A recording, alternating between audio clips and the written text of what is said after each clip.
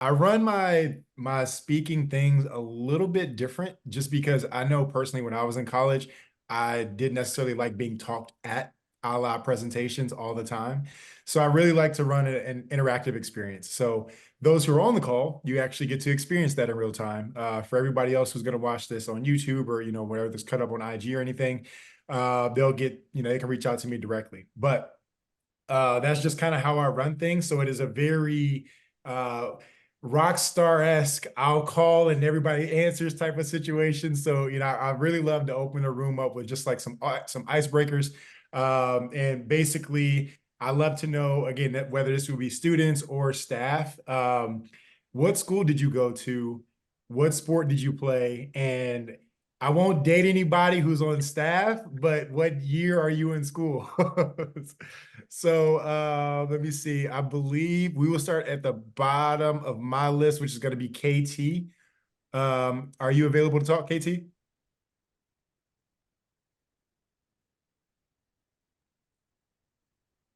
Yeah, I think he might be just kind of listening in. But if you don't Okay. mind, I'll go to kind of kick us off. Oh, go ahead. Keep going. Get us rocking. Cool. Yeah. So I originally went to University of Central Florida, UCF, back in Florida. Unfortunately, I didn't play any sports growing up or anything like that. But as you guys could tell now, I was very involved in the communications aspect. So I've always kind of been around sports. Basketball and football are by far my favorite. And I was in school in college between the years of 2019 and 2021.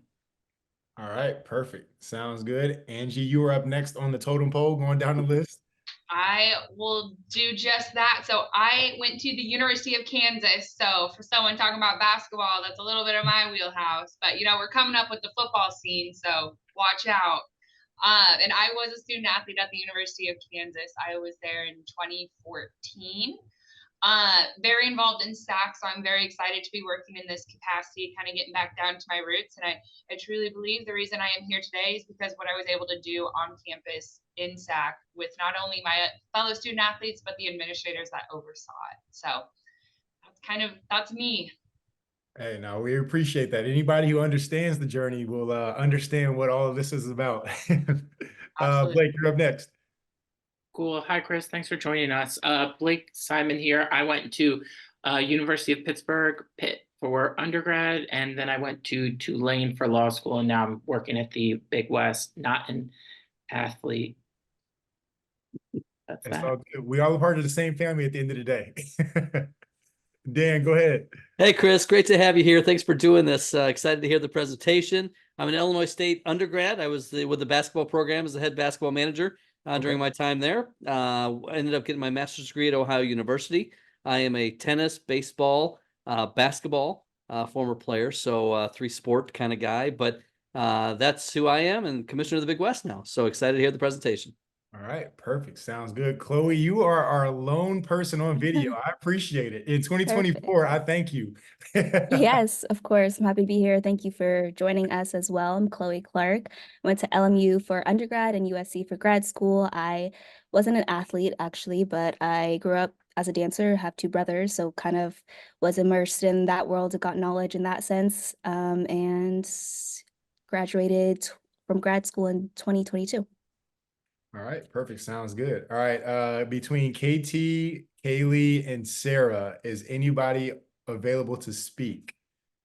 No, it's okay. Videos aren't necessary, but if you want to jump in on the what school you go to, what sports you play, and the year that you graduated, or you don't have to tell us that.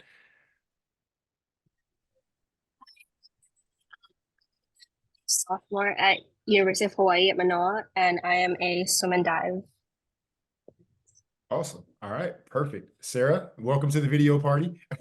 Hi, thanks. Sorry, I was getting men's volleyball stuff situated, but name is Sarah Perry. I graduated from Arizona State 2017 and 2018, master's in undergrad, and I played volleyball, soccer, and gymnastics, and I ice skated. Okay, perfect. Well, we have a very diverse crew in the house. So shout out to everybody in the both the non-athletic and the athletic capacity. Glad to have you all here today. Something that's really important about this to me is the fact that it is honestly experience agnostic. You don't necessarily have to be an athlete for this, which is why I'm glad that, you know, we have our Big Left staff on, because it's something that everybody can apply, whether you're an athlete or not. So a little bit of information about myself. For those of you who I haven't spoken to, my name is Chris Eversley. I went to Cal Poly San Luis Obispo, graduated in 2014. Yes, I was a member of the worst team to ever make the NCAA tournament, but we're not gonna talk about that. And yes, played basketball as I mentioned before. And just a little information about myself, just to kind of give some context here. So after I graduated from Cal Poly SLO, I went overseas, played in throughout Asia for 3 seasons, and then I went to Europe, Belgium, and Germany respectively for a couple seasons. So all in all, 5 years. Retired in 2019, came back home, really just tried to figure it out. And I was very fortunate enough to have a great support system and landed at the Yarrow Family YMCA at Westlake Village as a sports director. So just got my feet wet in the professional realm as a in the nonprofit sector. Then COVID hit.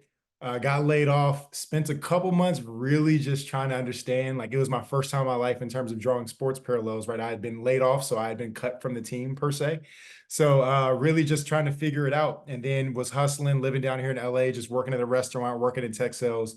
And then 3 years ago, actually got on with a fintech company that is based out of here, based out of LA down here in the Culver City area. So in those 3 years, I was a part of the recruiting team. I was a part of the employee experience and workplace operations team, and then last year a part of HR. So Overtime Solutions is essentially a brainchild of my experiences, right? I knew that I necessarily wasn't finding fulfillment in what I was doing. So I thought to myself, what is the unique problem that only I can solve? So I took my experience as a professional athlete and in this, you know, tech / corporate environment, and create Overtime Solutions. So that is just to give everybody kind of some color on why this is relevant and why my experience has been able to provide this platform to give back to athletes that are in college or professional or anywhere in their journey. So again, as I mentioned before, I'm a very interactive person. So for me, there's not a lot of slides at all. There's a couple in which there's going to be some use cases, but again, I hate the slides and all that stuff. So only a few of them here. We're not going through an entire letter to the shareholder situation for anybody. So the first thing that I want to hop into is the amount of people, and you know, this is more of a call for our student athletes that are watching us in the future, but the vast majority of athletes, they do want to go pro, or they have those aspirations, right? I know, speaking for basketball, everybody on every team wants to go professional. You know, there's only so many spots, and especially with the Big West being a mid-major conference, like if we get lucky, we might get a person here or there. Fortunately, back in the day, I got to play against a couple of them, but the sheer reality of it is that less than 1% of college athletes are going to go pro, and the fact that, you know, they need to be prepared for that. So that's another situation that this is born from, realizing that especially at the mid-major conference level and on down, you just have to be real with yourself. You may get lucky to go play a couple years if you have a passport and you can classify as as local for any of these teams. But the reality of it is, we all have to graduate from college, hopefully, and walk out through those doors and then enter the workforce. So with that being said, the first thing we're going to cover today is resumes. Now, what you see here, we're broken down into 2 sections. The first section, and this is going to be something that, again, going back to that interactive part, I do want everybody to be able to chime in on this, because what we're going to look at is a sample resume that is, well, I'm not going to give away the secrets. I'll let you decide what's wrong or what's right with the resumes, and then we'll kind of go through the line. Feel free to hop in.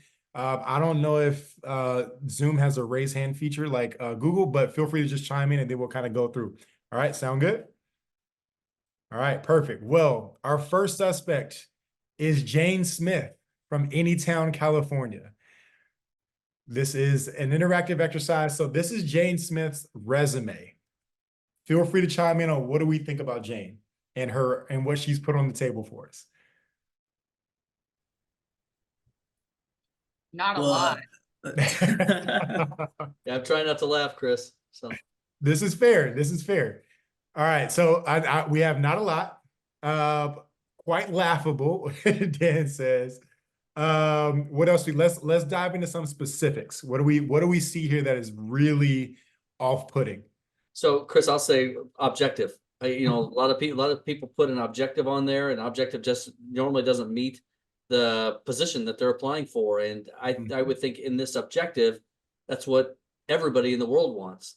You know, in that respect, it's not specific as to what they enjoy or why they're targeting this position specifically, but to get a good job with salary and benefits and something I enjoy is something that everybody wants. So it's too generic in that respect, in my opinion. There you go. First checkbox done. What else we got? We got some more sections to dive into. Work experience. What are we thinking? Yeah, I mean, it seems like that they're kind of just unsure of what they did. It says took orders from customers, served some food, sometimes cooked. Like, that's not really quantifiable. Like, what kind of orders did you take? What kind of food were you cooking? How long were you cooking? You know, like that kind of stuff. Like something that could be like a little bit more quantifiable instead of just saying like, I did a little bit of this and a little bit of that. That is correct. Those are some of my favorites. I actually had a student athlete that I worked with in my pilot program that had a resume. It was not Jane Smith, but it was somebody who came to me with this relatively same formula. And there was a lot of work to be done, but we were able to get her situated, and then we got her actually working with a sports athletics, an athletic performance facility up north. So that's something that it's one of our success stories. All right, so work experience out the way, education. I don't know about some college university or college of some college, but do y'all? Well, you know, Chris, again, in that one, I mean, some college, explain where you went and what courses you may have taken. Even if you didn't finish your degree, at least indicate what courses you may have taken. What would prompt you for this? If you went to culinary school and took a few courses in culinary arts, then that would be more applicative to a job you're posting for or applying for in the food industry, per se. Could get you started in that industry. You don't necessarily need a degree to cook and serve food, but it would be enhance your capabilities for me as somebody that's doing the hiring to know what you took in college. Exactly. And that's I something feel like a resume is like the highlights. I don't need to know that you didn't finish because that could be considered a low light. So I don't know if that's really helpful in that sense. That is very true. So actually, I actually want to call out two real world examples. So Dan and Angie, Dan, since you went first, the some college and stuff like that. So one model that I love to model resumes after, this is something that I came up with like in my time of recruiting in HR, because again, as somebody who scanned through resumes, who's somebody who's interviewed people for positions, the one thing that's going to come up most commonly, at least from like a framework. And this is something for people that are going to be watching in the future. So I call it the Rocker model. So it's RAQR, right? So what it stands for is it's an acronym for your resume should be relevant to the job that you're going for. Your resume should be aligned with what the role is actually speaking about in the job description. And then QR is going to be, does anybody have any guesses on what QR might be? And it's not a code. Yeah, I was just say the code. Quincy Rodriguez, duh. No, I'm joking, but I would like honestly, I would assume like maybe the Q is like quantifiable. Like what can you like quantity? Like, you know, maybe I feel like I'm a little bit hot there, but that's just what I would guess. And the R, I'm honestly not too sure. Okay, well, I will give you quantifiable. That is half the equation.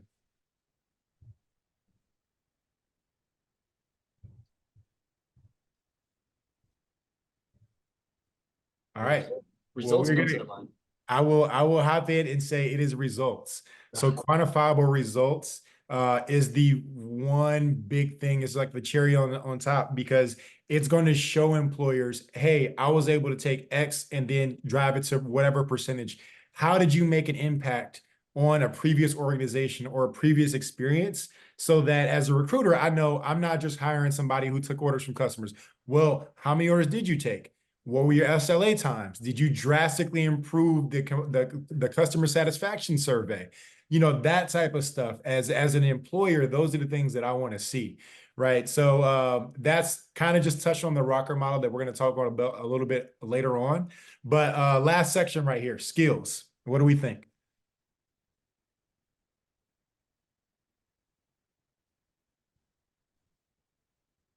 I think, you know, some of the language, Chris, in my opinion, it dumbs down the applicant in some ways. Pretty good with computers. Well, what's pretty good? Pretty good to you may be a lot different than what's pretty good to me. Exactly. In that respect. Can work fast even when busy. That's fine. Okay. Very efficient at what you do. Good at talking to people. The first two I get, but the third just kind of demeans potentially who the person is. This is true. This is very true. So are you good at, does that mean you're good at video games? Or does that mean you're good at Excel and doing spreadsheets? That Really could more also than- mean more I'm good than- at Minesweeper. Exactly. Exactly. This is true. All right. Anything else before we go over to a slightly better resume for comparison's sake? All right, perfect. So I'm gonna hit the pause button here because again, another thing that I love doing in these sessions is vulnerability, right? I want it to be a very inclusive environment for us to be able to talk about these things and not, you know, like not ridicule them so much, but just kind of like learn from things. So I always put my information on here, right? So I've taken out my address, but here's what my resume looks like as of Q4 of last year, right? So basically, this is something that this is my objective in terms of what I'm looking for. Like, who am I? Right. So when we look at this resume and we break it down a little bit, obviously my name is going to be at the top. And then I look at this objective / bio section as, think of it as a sizzle trailer for a movie. Right. So if I'm a recruiter, I'm going to go look at, obviously I see your name at the top. And then if you have anything under there as an objective, or if you anything like a bio section, I need to make sure that I want to read the rest of this, because if you're going to put me off in the first 10 seconds, then I'm obviously not going to roll through this because you can't articulate what you're trying to go through, right? So like we learned back in the day in English, it's like, look, you need to have your attention grabber. Those first 10 seconds, 7 to 10 seconds, you need to make sure that I'm going to be hooked as a reader. And then we go into some of our experiences. So as you all know, I'm the founder and CEO of Overtime Solutions. And then I have the YMCA Westlake Village on there as well. And then my education down there at the bottom. So now when we go back to that skill section that we had before, what I'm actually going to do is I'm going to bring these up side by side, right? So now we're looking at the difference between the two, right? So now objective, obviously mine is a little bit more, you know, headliner. The experience, it's something that is like, okay, the amount of time, is it part-time? Is it full-time? The position that I had. But now as we start to go in a little bit deeper on some of these bullet points, you start to see on the right side, there's the numbers that start to come in, right? So when we talk about quantifiable results, okay, a year-to-date increase of 54% in job preparation confidence. That was something that came from my pilot study. What do? I source, recruit, negotiate, and sign NCAA programs and pro athletes to service contracts to facilitate company partnership and community growth. So the one thing I want to call out here for athletes is, due to their experiences, especially in being a student athlete, we're not always going to have quote unquote quantifiable results because we may not have had the time to do an internship until our senior year. Or, you know, we don't have the time if I'm in summer workouts or if I'm, you know, in summer classes. So what I try to tell people all the time is like, don't get so caught up in trying to have quantifiable results, but the verbiage needs to be there to say that, hey, I'm capable of these things and I know what they mean, but I just haven't had a chance to showcase it just yet, right? And I think that that's something that a lot of employers are very sympathetic of, because they know, I mean, they know the grind of college athletes. And if they don't know, that's what I'm here to tell them. So, you know, companies that are signing up for the OS Partners program or the OS Teammates program, they understand that. It's like, hey, look, these college athletes may not have the 26 years of experience by 20 years old that a lot of employers are looking for right now. But they are the people that are going to show up every day. And, you know, they just need to be given a chance to be able to do that. I'm going to pause there. Any questions or any sort of feedback here?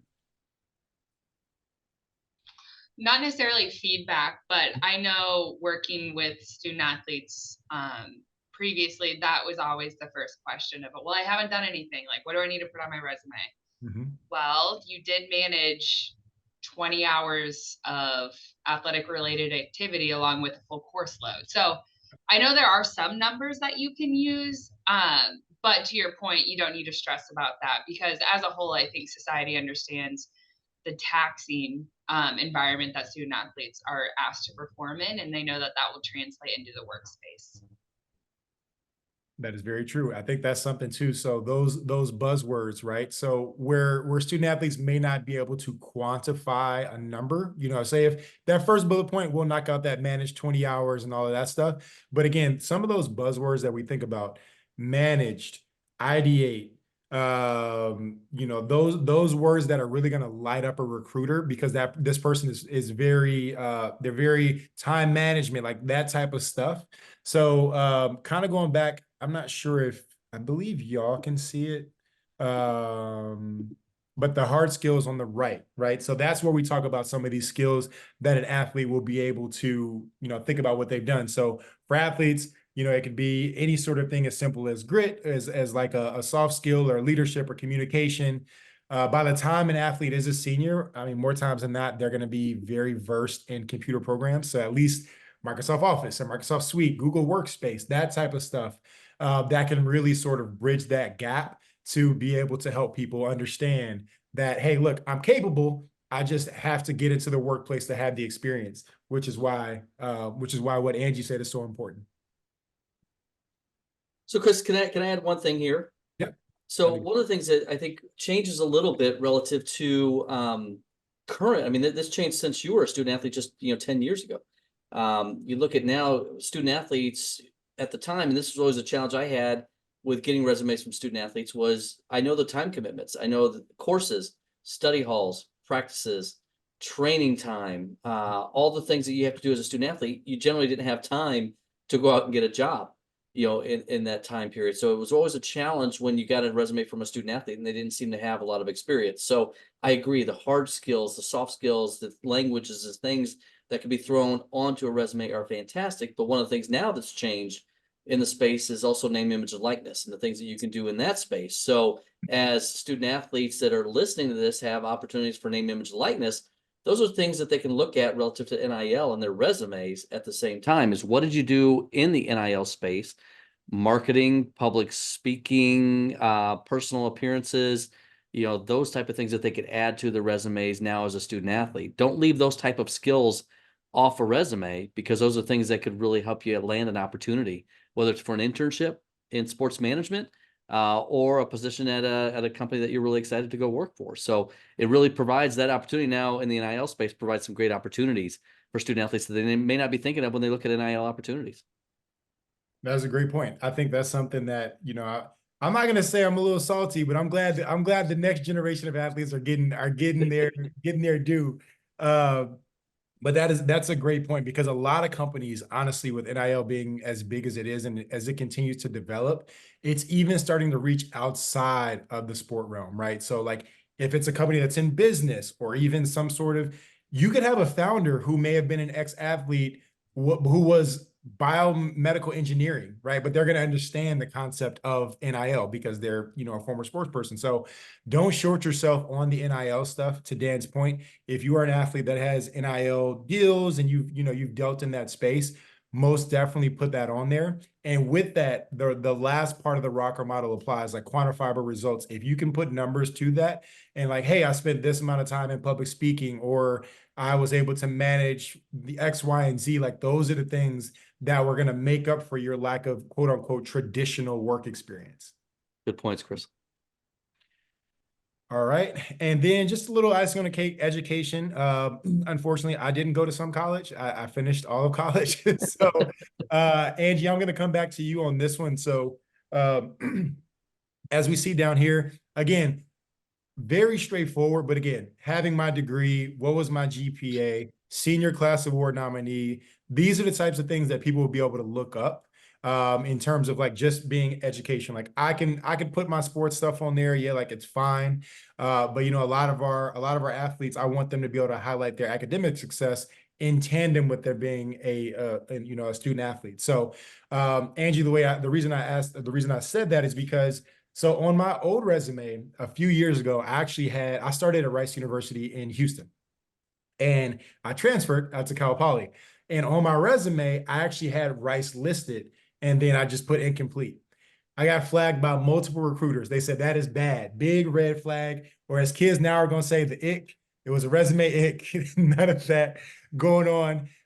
If you transferred schools and it wasn't, it's one thing to be a graduate transfer, right? You finished up, you got your degree, definitely put that on there. But if it can be, if as a recruiter, I look at something and I'm just scanning through a resume because I'm looking at hundreds or thousands of them a day. If I see incomplete or didn't finish, I'm probably going to knock you off the pile, right? So do what you got to do in terms of making sure that, hey, look, if you did finish college, awesome. But if it's a situation where, hey, you left early to go play a professional sport and you got drafted to, one of the major sports leagues, hey, you can still say, hey, it's in progress. Like I plan to go back and finish. It's just, I was able to chase my dream of going to play professional sports. And now I'm going to come back, do X, Y, and Z. So do not short yourself on the education by any means. Do not shoot yourself in the foot, for lack of a better phrase, to just say, hey, just because I didn't finish it doesn't mean I won't be able to come back and finish. All right, moving on. So before we get off of resumes, are there any questions here? So Chris, I'm going to ask one. This one is one that comes to me often, and I give one answer, but I don't want to give my answer until you answer the question. All right. Is it important that I list all of my experience on one page of a resume? Oh, that is also one of my favorite questions that I get. I will tell you this. When I scan resumes, even for now, when I'm working with athletes, if I wanted to read a 30-page document with everything you've ever done, I will gladly just go to, again, a letter for the shareholders and make sure my money's straight, right? And so what I tell people is it goes back to that relevance and alignment, okay? Now, if the job I'm looking for is going to be, I don't know, let's say sports marketing. If I worked as a babysitter 10 years ago, probably not going to be relevant, right? So when I think about kind of just consolidating things, I always say, hey, look, the 3 most important things on your experience section don't always have to be the most recent. They should be the most relevant, right? And because if somebody asks you, hey, well, where are these job gaps? Like, well, I had these gaps in the resume, but I was employed. Those are things you can easily walk through in an interview. But again, what we're looking for here is relevance. We want to make sure that everything that the recruiter is seeing is going to be relevant to the job. And, how did you deliver in a role? So when I put you in front of a hiring manager or in a role, what impact are you going to be able to make? I don't want to go through the source of your accomplishments. I know you're accomplished. I know you have work experience, but I tell people all the time, I try to say, I omitted my previous employer, but I have the 3 most recent and relevant things on my resume. I think 3 is a good sweet spot, depending on how many bullet points you're going to have. Chris, interesting. My response to that is don't exclude things that could provide you the opportunity to get the job. Yep. You never know what the candidate or what the company or organization may be looking for. And you may drop off something off your resume because you're trying to keep it up to one page that may have gotten you the opportunity to get that job. Maybe a secret thing that they were looking at. So not necessarily the babysitter. That's a great example, something I don't need to see on a resume. But if you did work at a previous opportunity that was in the marketing space, and the job may not be a marketing position per se, but could provide me the opportunity to see that you got more of a skill set than what the next candidate is. So always good to kind of put those things as you've got the hard skills, soft skills off to the right. Don't drop off something that could be really important to a resume just to try to keep everything on one page. I'm okay with a page and a half if the key information is in a page and a half. Exactly. That's a great point. I think kind of going back to the whole the sizzle trailer, right? Like if your resume is good up to date, like if it's good when we start from the bio section and it's going down and everything is looking good, I'm going to want to keep watching the movie as a recruiter, right? Like, oh, wow, this is a great opportunity. This is a great individual. What else have they done, to Dan's point? Like, so make sure that, again, if it's relevant, put it on there, right? Again, but if it's not, if it's irrelevant, then by all means, like it doesn't need to be there. But if somebody asks you about an interview, you might catch an off-key question, right? Like, well, what's your experience? Have you ever worked in customer service? Then that's a way to be able to highlight that you had that experience. But, sometimes as recruiters and as interviewers, we like to throw some curveballs to kind of try to catch you off so you can't necessarily practice for us because we want to see how you think on your feet. Yeah, I've had that hit me, Chris. It's what three people would you like to have dinner with tonight? Those type of things that completely throw you off. But again, the thing that you got on the screen right now, the comparisons, I'd rather have you drop off an objective that could bury you in an opportunity to get a job because it was a poorly worded objective for the job you're posting versus trying to take something off that may be important to your resume. Exactly. And then Chris, one more thing before we transition to your next slide. Mhm. I think one thing that I've seen too is like you see Jane Smith's, her verbiage is very conversational. It's like watch kids, fed them, played games. Whereas on your resume, and I might be jumping ahead, just it's more professional language. It's structured better. The grammar is better. I think that's something else that we can see in these two that I guess we just haven't touched on yet. Just the grammar and the conversational versus the professional language. Yes. Thank you for mentioning that because I was gonna have a wrap up, but you're good. I'm glad. So what are some things again? What are some stark contrasts that we see as we kind of conclude this section? Well, Chris, another thing here, you see on the left resume, there's blue lines. Under words, if you don't correct those type of things before you submit your resume, that's a red flag already. Whereas it looks like yours doesn't have blue lines, but really nice Better blue not.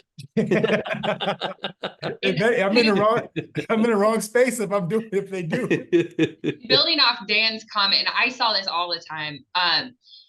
Always submit your resume. And I guess Chris, maybe this is a question for you.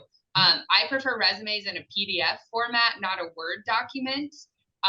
Because to Dan's point, you will see the blue lines on a Word document and any other problems that you might have, where yours looks very structured and a very complete document, which I would assume is in a PDF format. It is in all the formats, just in case. That is something that is a great call, Angie. That's make sure PDF is it's the gold standard. It's easily shareable. It is something you can even have on your phone. If you can have it, you can email it to your phone, you can share with people. If you're in the iPhone world, you can literally tap the top of somebody's phone, drop off a PDF profile or a PDF document or anything. So, you always want to have your resume on you because in today's world, you never know who you're going to meet. So that's another reason too, like make sure you're keeping your resume up to date, student athletes. That is something, any new development in your, whether it's your sporting career, your academic career, life in general, hey, I got this internship, I was able to do X, Y, and Z. Do not wait until it's done or you're 3 or 4 months out because you're gonna forget key things that you could have been putting in that. So that's something like as you live, continue to update your resume. I recommend every 2 weeks, even if nothing's changed, go take a look at it. Was there anything I experienced in the last 2 weeks that could help me that I may forget about in 6 months because I may think it's irrelevant? But it's a good way to kind of keep yourself on a schedule of accountability, if you will. Great recommendation, Chris, because you never know what job could pop up that you have interest in, and you may not have the great time to put into your resume at the time the job pops up, and you'd rather just get your resume put in. So that's great advice. Yes, that is a real world example I experienced with a client literally a month ago. He reached out to me and he was like, hey, I really want to apply for this job, but didn't have his resume ready to go. We managed to, speed up the process. It took us 2 days and the job was gone. Right. So these jobs are flying. If anybody on the call knows anything about the labor market, it is extremely tough right now. And student athletes are already, at a disadvantage because we have a lack of time and a lack of resources. But that is why we're here. So for anybody watching in the future, make sure you're keeping yourself accountable on it. You will thank yourself in the future because if you have it on your phone and you see it on Indeed, or LinkedIn, you can upload it right from your phone and you don't have to worry about it. So Dan, to your point, that is very true. All right. So before we hop into the next section, another pause and question. Cover letters. What do we think about them objectively? Do we like them? Do we not like them? Are they unnecessary?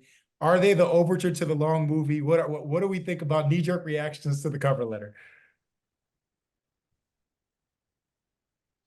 So it differs. When I am hiring someone, I like cover letters because it shows me a glimpse of their personality that I might not get through a resume. When I'm applying to positions, I don't love cover letters because it takes a lot of my mental, it's almost mental gymnastics to write it and make sure it's perfect. So I don't know if that answers your question. I like it in one situation and then I struggle in the other. The beauty of the question is there's no wrong answer. It's a very subjective question. So there's no wrong about it. Yeah, Chris, it's always tough to know whether you're being too wordy. Mhm. I think sometimes people can try to put too much on a cover letter, and again, you can make mistakes by doing so because you may have said too much, or you may not have checked grammar or done certain things to it. I generally like a short cover letter. I'm going to be able to get a lot of the information in your resume that I'm looking at. I don't necessarily need your resume repeated in the cover letter, but I do like at least a couple of paragraphs, as Angie said, to get to know who you are, to make sure that you can speak and write and be persuasive a bit in a cover letter is always important to me when I'm looking at candidates, but I don't need a full page and 7 full paragraphs. In that respect, I really just want to get to know a little bit of sense of who you are in a cover letter, not repeating your resume. Yep. That is correct. The 5-paragraph essay days are over, y'all. They do not need to be cover letters. So with that being said, we're going to hop into it. So here's a sample cover letter. Feel free to take a read through this, and then we will go back to some feedback. I'm laughing already.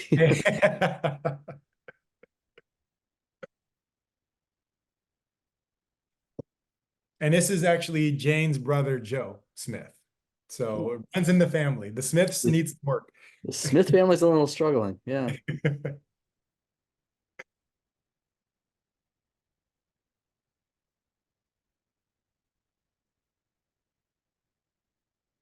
Yeah, likely would be put in the other pile, Chris, in that respect, as I'm reading this.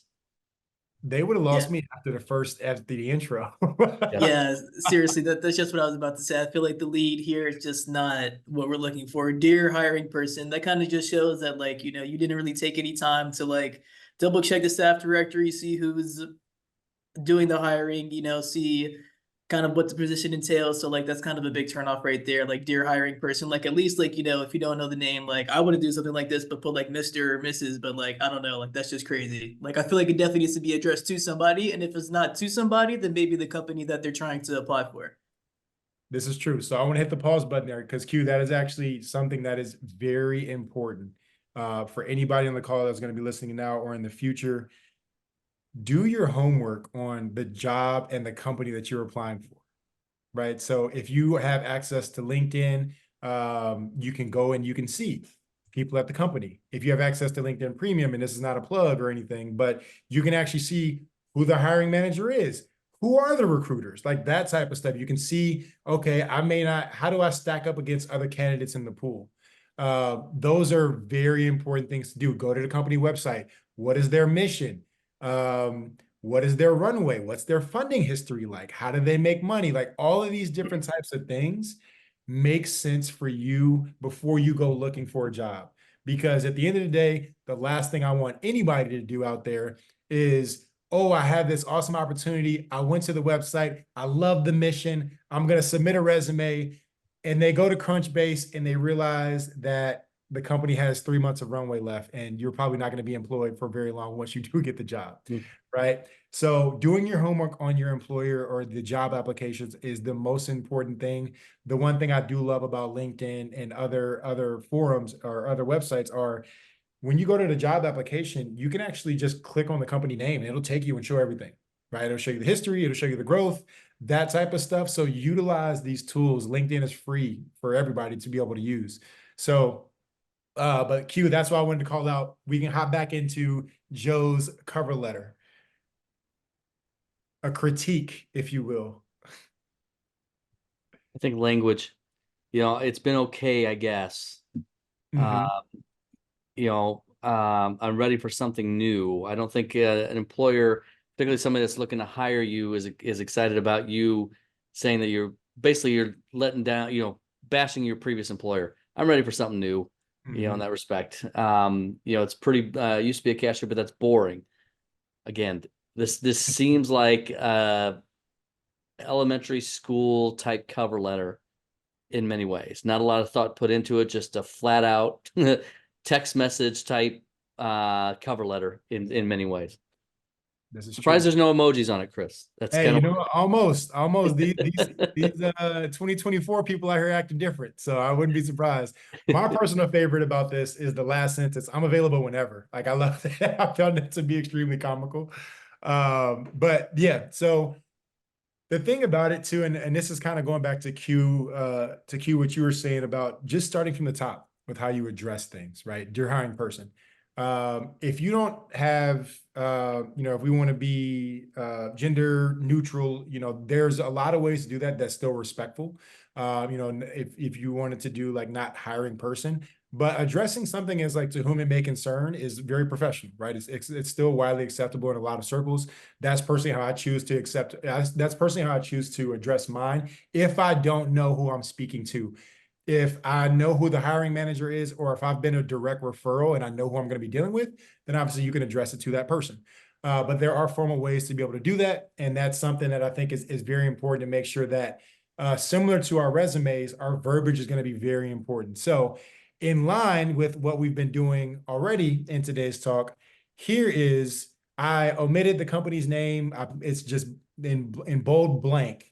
But here's an actual cover letter that I submitted to a company previously.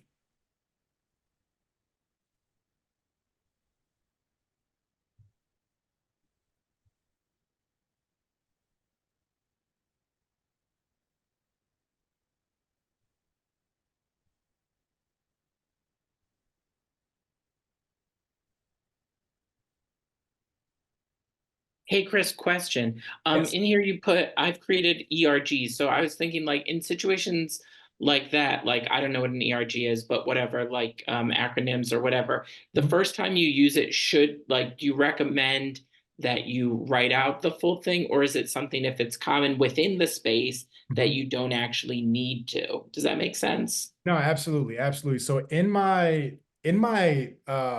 personal brand world, right? Typically I always do that. Whenever I'm mentioning something in terms of like being grammatically correct, I will always make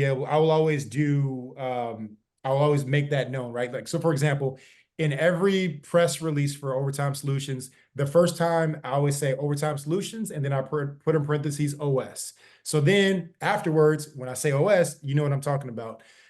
Blake, for this specific case, the role I was going for was actually ERG program specialist. So everybody knows what the deal is, but for everybody who doesn't know what it is, it's employee resource groups. And those are going to be those are what organizations should have to foster a sense of belonging and community within the company structure. So if it's in a shared space, so where whoever I'm writing this letter to or having this dialogue with, we know it because again, it's in the job title. So hopefully they know it. If they don't know it, again, they're in the wrong space as well. But Blake, so it depends on the circumstance. In this circumstance, since it's already kind of just assumed that it's in the job title, I'm working with somebody in the DEI space, we know what the situation is, then I just go right ahead and ERG it. But if it is a space in which you may be unsure, and student athletes, this may be a case that you may find yourself in a case like this.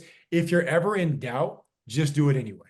Just say, okay, it kind of just shows another level of professionalism. So if you're ever in doubt, go ahead and write it out. That makes sense. I've in the past like always written it out, but I saw this here that you just wrote ERG, which threw me off. But this one is so fact specific that it's just very obvious that they know what ERG is if they're looking for someone, an ERG specialist. So that makes sense. Cool. Thank you. Yeah, of course. All right. I think another thing that's different from the previous one to this one is you're explaining why you would be an asset versus they were like, well, it'd be cool to do it, I guess. Plus, I need a job with better pay and benefits. You're not really advertising yourself to be an asset to the company. Yep. Yeah, and then like honestly, after reading this information, like I feel like I know whoever wrote it. You know what I mean? I feel like it has a good tone, quantify the things that you did, and like it comes off as like warm, confident, ready to move on to something new. So like I definitely feel like, that after reading it, that the person behind it must be pretty cool. Hey man, thanks. But no, like I definitely think that that's something that you want to convey in a cover letter, right? So if your objective statement is going to be your sizzle reel, this is going to be your movie trailer, right? So if we want to think about like as a recruiter, if you're sending in a cover letter, it needs to be able to convey to me that I want to sit and watch this 90 minute to 2 hour movie that's going to follow, AKA your resume, right? Like make sure it's interested. And what I tell people is, and Dan, you mentioned this earlier, it doesn't need to be a repeat of your resume, nor it should, right? So as you see, there are no numbers here, right? It's basically, hey, this is me as a person. This is me, what I've done. This is what I'm interested in. And again, to your other point, Dan, I did not bash my previous employer. I didn't mention anything about that. Everything about your resume and everything about your cover letter needs to be forward thinking. How can I help this current role in this company from an impact standpoint? Right. So if we don't look on the rearview mirror when you're in this job search or when you're in either of these realms, it's okay. What have I been able to do? What can I draw from these experiences? And how can I impact roles and companies and organizations moving forward?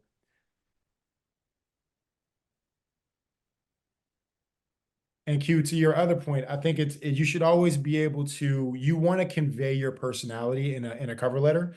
So for me, I love having a very professional yet conversational tone. It's like, okay, you feel like you're reading this from somebody intelligent, but you're also not reading from somebody who went to Harvard Law, right? So it's kind of just like you want to toe that line because again, even if I'm a recruiter, I don't want to be bored to death by somebody's, intellectual, situation where it's like I'm sitting here and I got to bring out a thesaurus to read what's on the cover letter because odds are I'm not going to want to read the resume that follows because it's going to be very technical, whatever. But, finding that balance of just making it you is the most important thing that I say. Definitely like, highlight the things that you want to, but make it the movie trailer of a movie that people would actually want to watch. Yep. Not everyone can go to Cal Poly, Chris. Some of them have to go to Harvard Law. So hey, you know what? It's true. The Harvard laws, they got it. I'm saying the Cal Poly's got it. So the Cal Poly, we got it. We got some things here and there. So definitely regardless, and that's what I'm saying. Like I love this type of stuff because it just, regardless of who you are and where you are in your life, this type of work just always needs to be done and it needs to be reinvented and it needs to grow along with you as a person.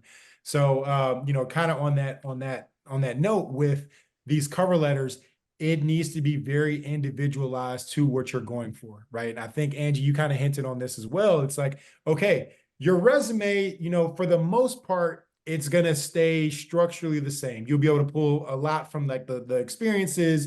You may tweak some things here and there. However, your cover letter is hey, look, this is for this specific role.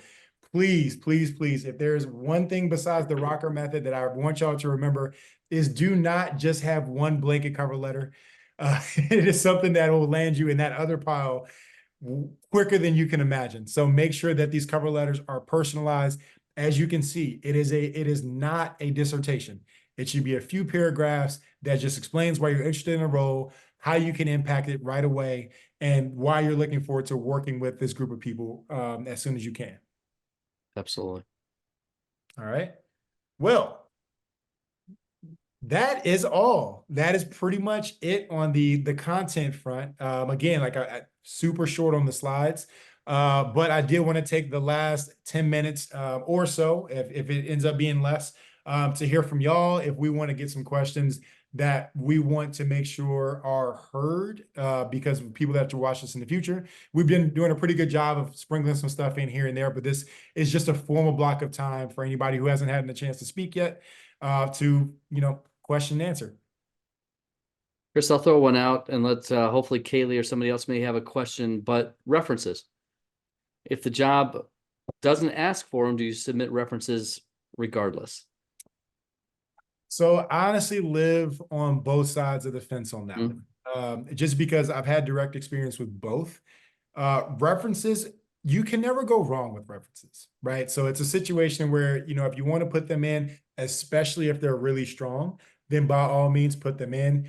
The side of the fence that I have that I don't put them, again, is if it's a situation where I'm being referred by somebody, because odds are the only reference they're going to want to talk to is the person who referred you, right? So references, if you're ever in doubt, again, similar to the whole acronym situation with the ERGs, they're not bad. They're not bad at all. I do personally know that in my experience in the recruiting realm recently, references are becoming more and more, I don't want to say obsolete, but people are more interested in you as a person, because what's becoming more clear to us as recruiters and working professionals is the traditional world of going to college, doing all of this. It's becoming a little bit murky because people are they're choosing different routes to go about their lives, right? So they may not have a college professor. They may not have these types of things, but how good is this person at what I'm asking them to do as an employer? Are they going to be impactful? And can they eloquently speak to providing the right experience and the right expertise for this job? So Chris, I have another question for you. Yes. So let's say hypothetically, I'm a student athlete that got my graduate degree along with my undergraduate degree. So I have my MBA and I'm applying for jobs, and technically I qualify when it comes to the education piece, but when it comes to the experience piece, I'm not technically qualified because they're looking for 2 to 3 to 4 years of experience. In your opinion, should I still apply for some of those positions, knowing I need it educationally, but not quite experience, because I've been a student athlete for these past 5 or even 6 years? Okay, great question. So I'm going to wrap this in a sports analogy for everybody on the call. We're playing a basketball game, for lack of a better situation. You're down 15 with 2 minutes left. Do you still try to score?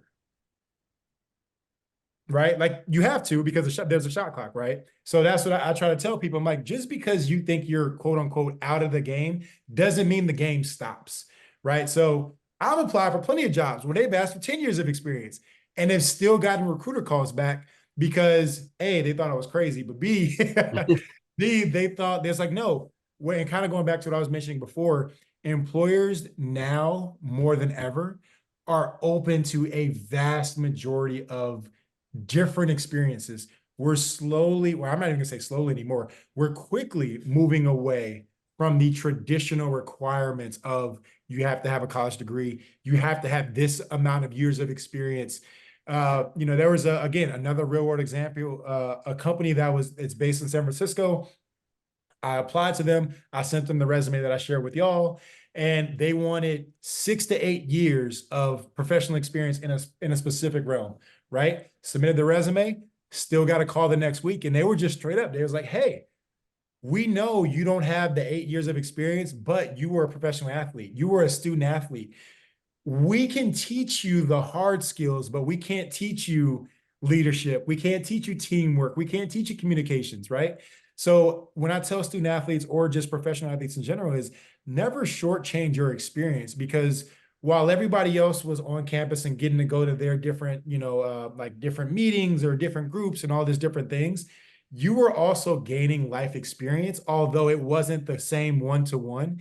I would often argue it would be more important for when you do go to an employer to say, hey, this is experience that is, if not the same, probably even more valuable in what you're looking for. So I'm never scared off by, those requirements. If I look at a resume and it says we need 100 years of experience, I'm only 32, I'm still going to apply. So that's the best way I can put it for you, Angie.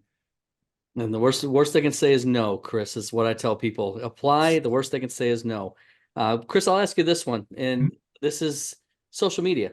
Yes. So I've been a student, and I've probably done some funky things on social media since I was able to sign up since I was 13 on Facebook and something like that. So before I apply for a position in the corporate world or sports management or whatever field I'm going into, how important is it for a student athlete to go back and look at their social media? That is a fantastic question. I'm going to give, you'll probably notice now, I love these analogies and metaphors. So let's take it out of sports for a second. And then let's go to somebody walking in a bookstore, right? If I'm walking into a bookstore, and we all know the age-old saying, don't judge a book by its cover. As a recruiter, guess what? I'm judging a book by its cover, right? Because A, I don't have enough time because I'm sifting through hundreds of, or thousands of resumes. But if I see a resume and it's somebody who piques my interest, if I want to make sure that I'm not going to waste my time, or let's even go down the road. Let's say you've been through a recruiter screen. Let's say you've been through a hiring manager interview, and I still need to learn a little bit more about you, or if I want to see, how you operate, I'm going to go look at your social media. I'm going to go look at your X. I'm going to go look at your Instagram. I'm going to go look at your Facebook. And again, when you're looking for jobs, all of that is public information unless your account is private, right? So if you do have a public profile, which a lot of student athletes do, make sure it is clean. Make sure it is squeaky clean, because if somebody wants to get a vibe on you, they're going to go look it up. Do not let them tell you otherwise. Like, we want to make sure we're about to invest potentially 6 figures in you. I don't want to have to fire you in 2 months because you were in some scandal on TikTok, right? So that's something that I tell people is make sure your social media is clean, because it's a direct extension of you, because it is something that you posted. You had control over everything that has been on there from the day that account started. So scrub your social media. If there's anything that can be misconstrued in today's society, we know how sensitive things can be in 2024. Make sure you take it down. You can archive posts. You can full on delete posts. You can start a whole new situation where you make your personal one private, and then you have a public profile that people can go look at for business. Those are ways to kind of go about it. And then that's a way to kind of protect yourself. But more importantly, just keeping yourself accountable, because you don't want anybody who's in your current circle, say if there's a BCAD situation where you split off like a private and a public Instagram, where somebody in your current circle could potentially use something from your past to blackmail you, in against a situation like that. So a very long-winded way, but again, I've seen it happen so many times, Dan, where people who they've faced backlash, or they've lost their jobs for what they've done on social media. Absolutely. It's crazy how people have gotten hired Yes. and then been fired once people that, find out that this person's been hired. They do a social media review, current employees, people that didn't get the job, etc. Can go in, and ultimately that person has gotten fired a few days later because of something they found on social media from years ago in many ways. So it is amazing how that all plays in. And Chris, one other thing I'll throw out there, still looking for questions, but LinkedIn and the importance of LinkedIn nowadays. I can't state that strongly enough. Resumes and things that you put together to submit your information is important, but your LinkedIn profile is just as important nowadays in many, many ways. That's your business portfolio. But I can tell you, in the number of people that I've hired here at the Big West over the last 4 years, I've gone to their LinkedIn accounts every time to just see who they're connected with and see what they put out there in the public space for their business profile. Very important aspect of this part of this review as well. And Dan's very humble. Dan has a fantastic LinkedIn page. So if you ever need an example, feel free to go look at his. He's really great about posting awesome content. There we go. And that's word to the people in the future as well. Definitely. I couldn't echo that more, Dan. I think that is the first thing as an employer. Before I go to your social media, I mean, technically LinkedIn is social media, but before I go look at your personal profiles, I'm going to go look at your LinkedIn, because again, do I want to read this book? Or do I want to sit through the next 2 hours of this movie? If I don't like what I see on the cover page or on the, on the LinkedIn page, guess what? Odds are that's not going to be it. But again, I think we touched on it a little bit before. It does not stop when you get hired.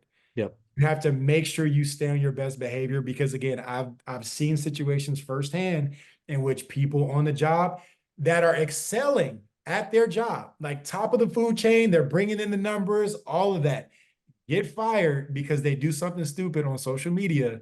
And again, everything goes out the window, because that is a black eye for not only you, a black eye for the company. Reputation goes out the window, and companies at the end of the day, they have to protect their bottom line. And if you are causing harm to that, and people are going to boycott because they saw you being, some sort of way online, that they will make that change faster than you can log onto your computer the next day. I promise you. Well, and Chris, Angie's comment brings up another point. LinkedIn goes both ways. So Angie was most recently the most recent hire here at the Big West. Not only did I look at Angie's LinkedIn profile to see how she represented herself, but you can tell how much she also looked at me and probably other people at the Big West to determine that this was a place that she wanted to work. So it goes both ways, not only as a current employer, and you may be looking at that employer versus me looking at them as an employee. So good comment by Angie. And thank you, Angie, by the way. So You're most welcome. Absolutely, absolutely. Love the teamwork there. Well, if give another couple seconds for questions. If anybody has anything, anybody who's currently in the space, that's if you have any other questions about it, I got, a couple seconds before it gets awkward, and then I'll, we can dismiss class.